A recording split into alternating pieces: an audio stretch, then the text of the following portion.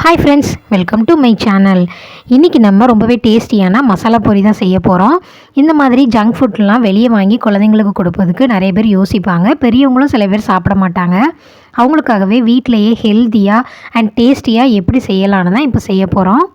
நம்ம கடைகளில் போய் அன்ஹெல்த்தியாக சாப்பிட்றதுக்கு இந்த மாதிரி வீட்டிலையே செஞ்சு சாப்பிட்டு பாருங்கள். ரொம்பவும் டேஸ்டியாகவும் ஹெல்த்தியாகவும் இருக்கும்.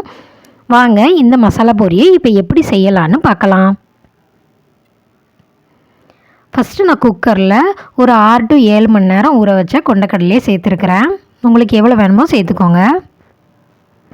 அது கூடவே 2 மீடியம் சைஸ் உருளைக்கிழங்க தோல் சீவிட்டு சேர்த்துக்கிறேன். இப்போ நல்லா மூழ்கிற அளவுக்கு தண்ணி சேர்த்து ஒரு 7லேருந்து 8 விசில் விட்டுக்கிறேன். உங்களுக்கு உருளைக்கிழங்கும் கொண்டக்கடலையும் நல்லா மசிஞ்சு வெந்து வரணும். அந்த அளவுக்கு நம்ம நல்லா வேக வச்சுக்கணும். இது வேகட்டும். இப்போ நம்ம மசாலா ரெடி பண்ணிக்கலாம்.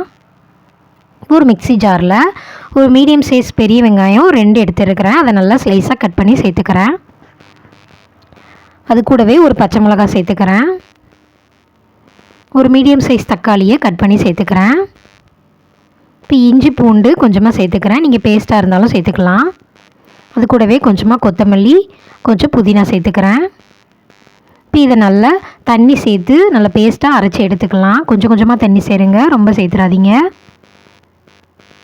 இப்போ ஒரு கடாயில் ஒரு 3 ஸ்பூன் அளவுக்கு எண்ணெய் சேர்த்துக்கிறேன். எண்ணெய் என்னன்னாலும் சேர்த்துக்கிடலாம்.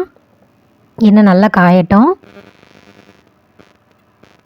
இப்போ நம்ம அரைச்சி வச்சுருந்த அந்த பேஸ்ட்டை இதில் சேர்த்துடலாம்.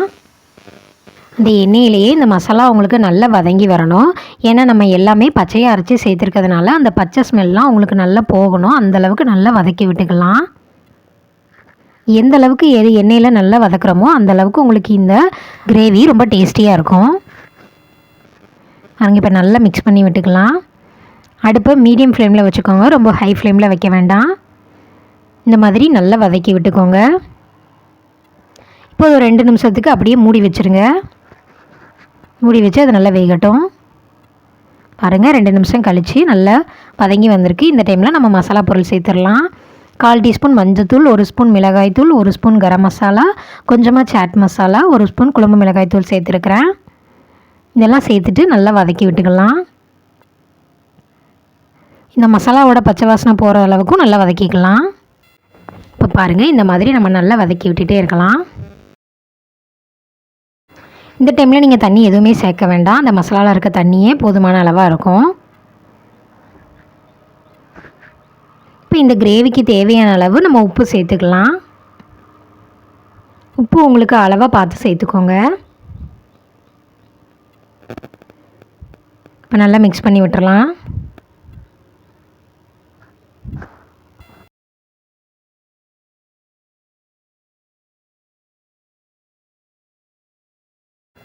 இதையும் ஒரு மூடி போட்டு ஒரு 3லேருந்து 4 நிமிஷத்துக்கு அப்படியே விட்டுருங்க. நல்லா வேகட்டும். இப்போ இது ஒரு பக்கம் இருக்கட்டும். அடுத்து நம்ம வேக வச்சுருந்த உருளைக்கிழங்கையும் கொண்டைக்கடலையும் நல்லா மசிச்சு எடுத்துக்கலாம். இந்த மாதிரி ஒரு ஸ்மேஷர் வச்சு நல்லா மசிச்சு எடுத்துக்கோங்க. உங்கள் கிட்ட ஸ்மேஷர் இல்லை அப்படின்னா நீங்கள் கீரை கடையிற மத்து வச்சு கூட மசிச்சுக்கலாம். ரொம்ப மசிக்க வேண்டாம், 1க்கு 2 மசிச்சுக்கோங்க. இப்போ மசிச்சு நம்ம இந்த பேஸ்ட்டை நம்ம மசாலாவில் சேர்த்துடலாம். எல்லாத்தையும் சேர்த்துட்டு நல்லா கலந்து விட்டுக்கோங்க. இந்த மசாலாவோட இந்த உருளைக்கிழங்கும் கொண்டைக்கடலையும் நல்லா மிக்ஸ் ஆகி வரணும். அந்தளவுக்கு நல்லா கலந்து விட்டுக்கலாம்.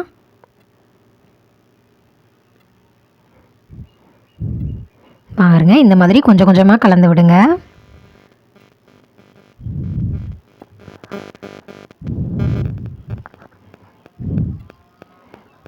இப்போ நான் கொஞ்சமாக தண்ணி சேர்த்துக்கிறேன்.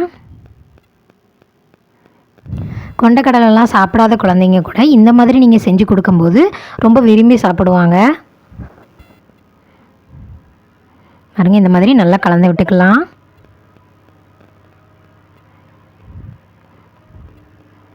இப்போ இது கூடவே இன்னும் கொஞ்சமாக நான் தண்ணி சேர்த்து நல்லா மிக்ஸ் பண்ணிவிட்டு மூடி வச்சுக்கிறேன். உங்களுக்கு இன்னும் கொஞ்சம் தண்ணியாக வேணும்னாலும் நீங்கள் இன்னும் கொஞ்சம் தண்ணி கூட சேர்த்துக்கலாம். எனக்கு கொஞ்சம் கிரேவியாக இருந்தால் நல்லாயிருக்கும்னு தோணுச்சு, அதனால் நான் இப்படியே செஞ்சுக்கிட்டேன். ஒரு 10 நிமிஷத்துக்கு அப்படியே விட்டுருங்க. பாருங்கள், உங்களுக்கு எண்ணெய்லாம் நல்லா மிதந்து சூப்பராக கிரேவி ரெடியாகி வந்திருக்கு. அடுப்பை சிம்லேயே வச்சுக்கோங்க, ஹை ஃப்ளேமில் வைக்க வேண்டாம். பாருங்கள், இப்போ சூப்பராக கிரேவி ரெடி ஆகிட்டு இந்த டைமில் நம்ம அடுப்பை ஆஃப் பண்ணிடலாம். இப்போ நம்ம பூரியெல்லாம் பொரித்து எடுத்துக்கலாம். பாருங்க, இதை நான் கடையில் ரெடிமேடாக தான் வாங்கினேன். நல்லா புசு புசுன்னு வர அளவுக்கு சூப்பராக பொரித்து எடுத்துக்கலாம். நீங்கள் ஈவினிங் ஸ்கூல் விட்டு வரும் குழந்தைங்களுக்கு இந்த மாதிரி செஞ்சு கொடுங்க. ரொம்பவே ஃபுல்ஃபில்லாகவும் இருக்கும், குழந்தைங்களுக்கும் ரொம்ப பிடிக்கும். பாருங்கள், இன்னும் கொஞ்சம் கூட நான் பொரித்து எடுத்துக்கிறேன்.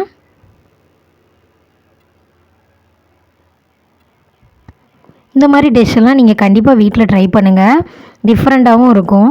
நம்ம அன்ஹெல்த்தியாக கொடுத்த மாதிரியும் இருக்காது, வீட்டிலேயே ஹெல்த்தியாக செஞ்ச மாதிரி இருக்கும். பாருங்கள், இப்போ பூரியெல்லாம் பொரிச்சாச்சு. இப்போ இது ஒரு பிளேட்டில் எடுத்து வச்சுக்கலாம்.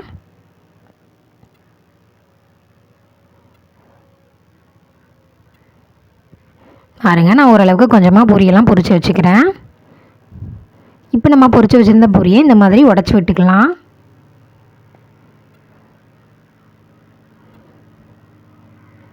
அதுக்கு மேலே நம்ம செஞ்ச கிரேவியை சேர்த்துடலாம். இந்த மாதிரி எல்லா பக்கமும் வர்ற மாதிரி சேர்த்துக்கோங்க.